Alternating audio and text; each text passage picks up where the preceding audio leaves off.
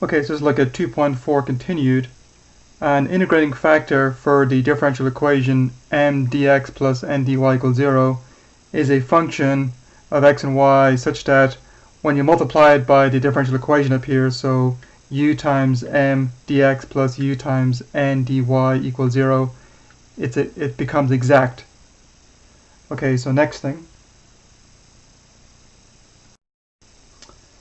So it turns out that integrating factors always exist. However, it's not always easy to find one. So you can always find this u, so when you multiply it by the differential equation, it becomes exact. So we're not going to prove that, it's beyond the scope of this class. We're going to prove a special case of it, but here now.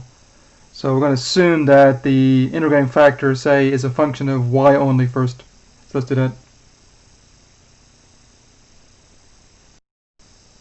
Okay, so again, I'm going to assume that my integrating factor is a function of only y. So I'm going to replace up here now with just u of y. So doing that, we get then. Okay, so we'll have our u of y times m dx plus uy times n dy equals 0. So we're going to assume this is exact. Now, this guy here, we're going to be calling m tilde this time, and we're going to call this n tilde.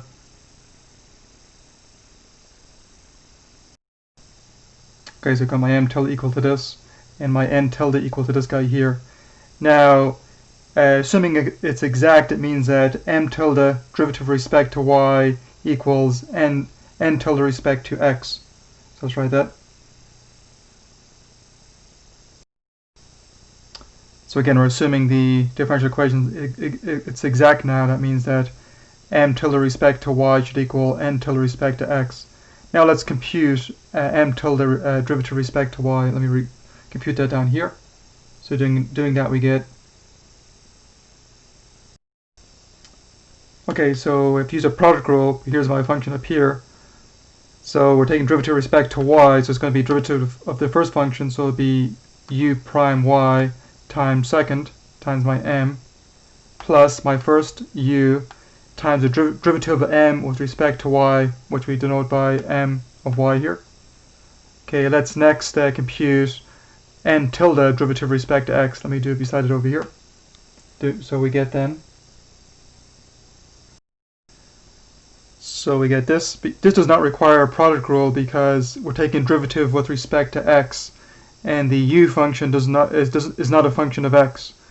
So therefore, it's just going to be derivative of n with respect to x times my u, which I have here. Okay, now we're going to equate these two things. So I'm out of space here. I'm going to erase a few things, and we'll continue. Let's do that.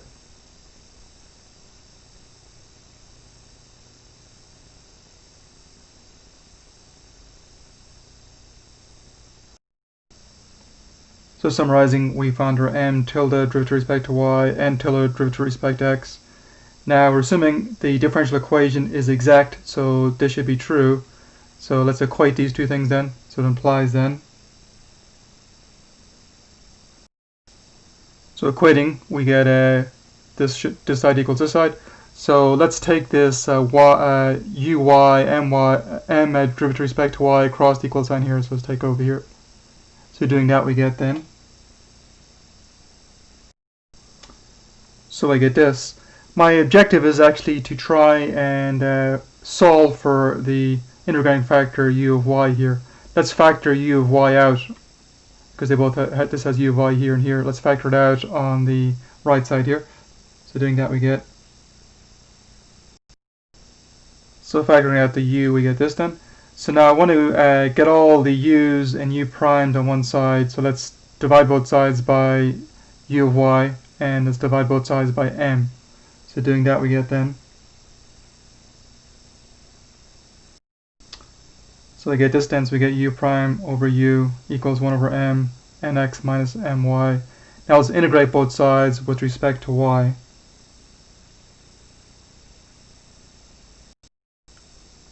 So integrating both sides with respect to y, we get this.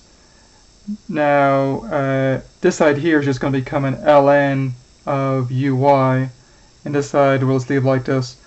I'm going to make a substitution and call this guy here. I'm going to call it stuff in there h or y, say, just to make it easier to write. So then integrating, we get then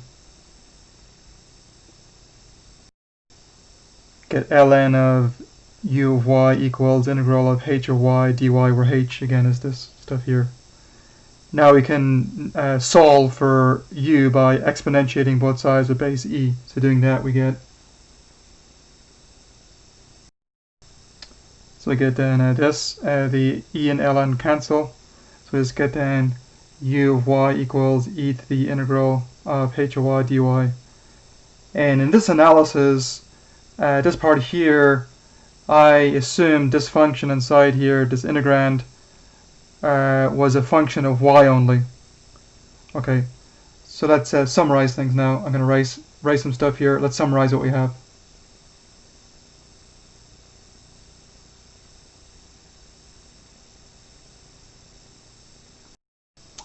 Okay, so summarizing, we have our integrating factor is a function of y, and it equals actually e to the integral of h of y dy if h of y equal 1 over m times nx minus my is a function of only y. So it assumes that this guy here is a function of only y, which is not always the case. And we could do a similar analysis where u is a function of x only. I'm going to write the conclusion here. You can go through and do the analysis like we did for this one. It'll follow in a similar way. So let me write that also right here. Okay, so if the integrating factor is a function of x only, then it equals e to the integral of h of x dx if h of x equals 1 over n times m derivative with respect to y minus n derivative with respect to x is a function of x only. So this guy here has to be a function of x only in this case. So that's the idea. We're going to look at an example in the next video, so I'm going to leave the video here. So we're done with this video.